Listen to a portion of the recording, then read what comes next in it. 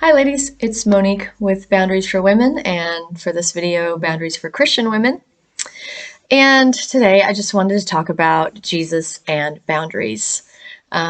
This is a topic that it comes up, I wouldn't say every day, but it comes up at least a couple times a week in conversations with people, things that I see in movies even, things that I hear about, just constantly this topic comes up in terms of boundaries, but specifically for Christians, boundaries, Jesus and boundaries.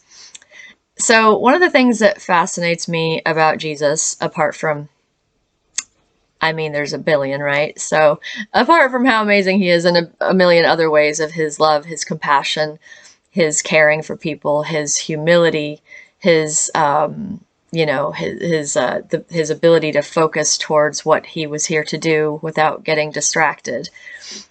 All of the things he did required really strong boundaries. And this topic, this is why I'm going to probably be making more and more videos about Jesus and boundaries, because since he's our example on how to be human, how to be more God-like, Christ-like, how to be like Jesus. If you think about any situation he was in, think about even him, moving through the crowds and dealing with so many masses of people. Imagine like the level of boundaries he had to have. Like we think we have trouble, managing a few people in our lives, and think about to be in that kind of demand. It would be maybe the equivalent of if you think of some famous person today, but imagine that they didn't have like, Secret Service people and all these like people that are there to protect them and make sure that, the publicist or whoever that's making sure they're getting, to their appointment without getting mugged and this kind of thing.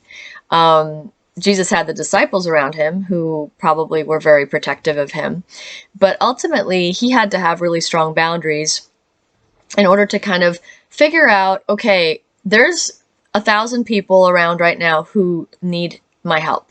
Okay, if I'm just putting myself in his place right now as an image. So if you have you're surrounded with 1,000 people and everybody has an urgent need, right? Some people need to be healed. Some people they're blind, or they need physical healing. They need emotional healing, or they just want to be around him because he's so full of light. He's so full of love that everybody's just magnetically drawn to him. And you may be like that. You may be a loving, kind person who people just are drawn to you. They just can't help themselves because there's so much beauty in you and there's so much of Christ in you. And so it's not surprising that people are drawn to you, similar to how they were drawn to Jesus. But Jesus didn't stop. Like, he was always focused on what he's here to do, right? So surely there were small things that came up that he helped people with, right? Like, I don't know if you've been watching the Chosen series, but I guess in the next season, there's going to be a scene where he's like, or maybe it was in the first season, I don't know, but where he's literally stopping to help somebody fix something with his carpentry skills. Like, that could have happened, right? But imagine if, what would Jesus have gotten done if every time if he tried to meet every single person's need, and he's God, so he could have just zapped everybody's problems away, right?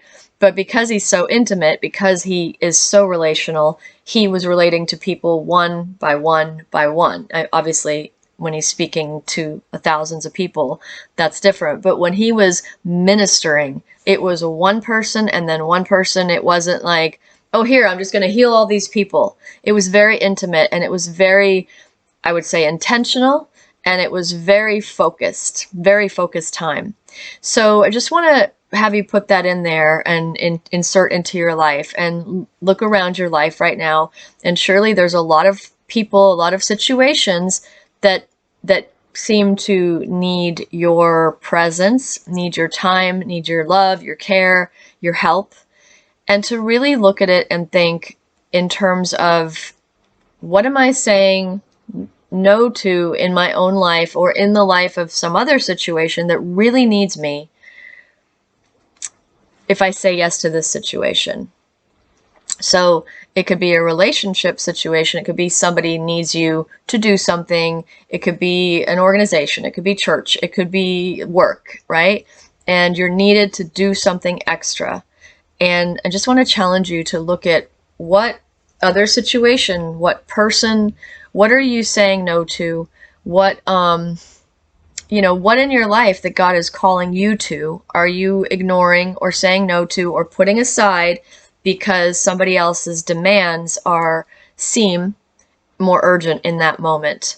And ask yourself, if you were to do that over and over and over, when you would ever get to the things that you know God is calling you to do, or the people or the person that you know God is actually calling you to be around, actually calling you to serve, actually calling you to help, minister to, or however you would frame the situation.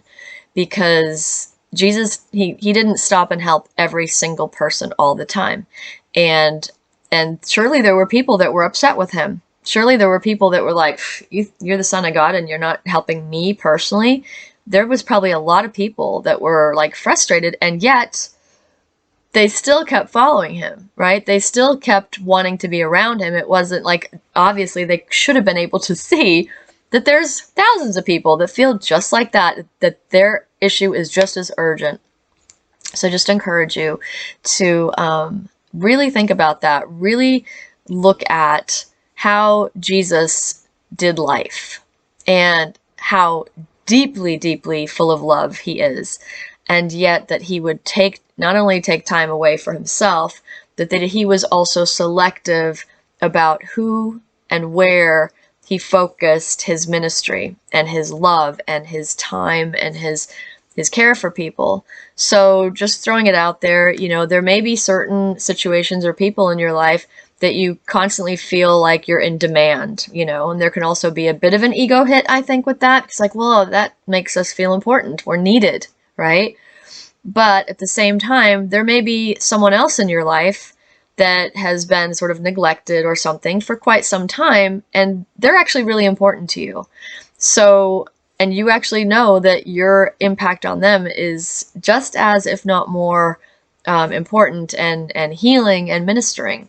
So I just want to challenge you to, if you know there's somebody that really could use your time and care, and it's being sort of taken by some other demands, to really look at that and really listen for God to lead you with that, and see if maybe there needs to be some reworking of scheduling in time and in care and in effort and energy, so that you're really serving where you believe God wants you to serve.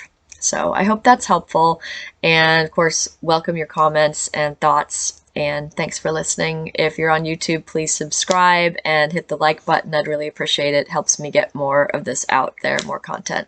So lots of love. Bye-bye.